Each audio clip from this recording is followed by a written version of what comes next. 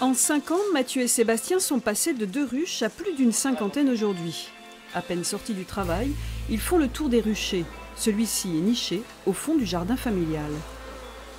On contrôle que tout va bien et on vérifie l'état de la ruche. On regarde si la reine est là, si elle pond, parce que c'est elle qui permet à la colonie de se renouveler.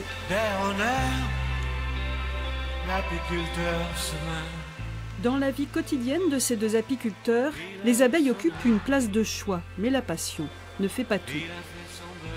Avoir une ruche, c'est s'occuper c'est comme s'occuper d'un animal. Une ruche est une entité.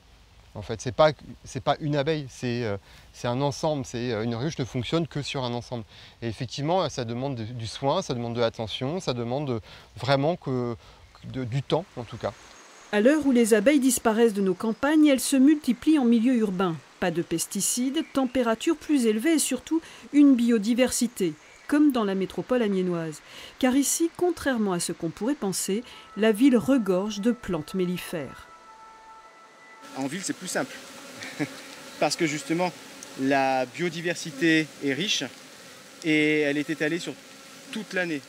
Un exemple rare où la ville se met au service de la nature, mais un équilibre fragile qui a ses limites.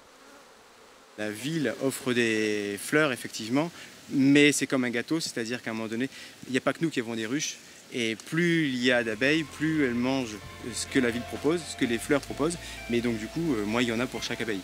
De là à ce que la qualité de vie des citadins se mesure à la qualité de vie des abeilles, il n'y a qu'un pas.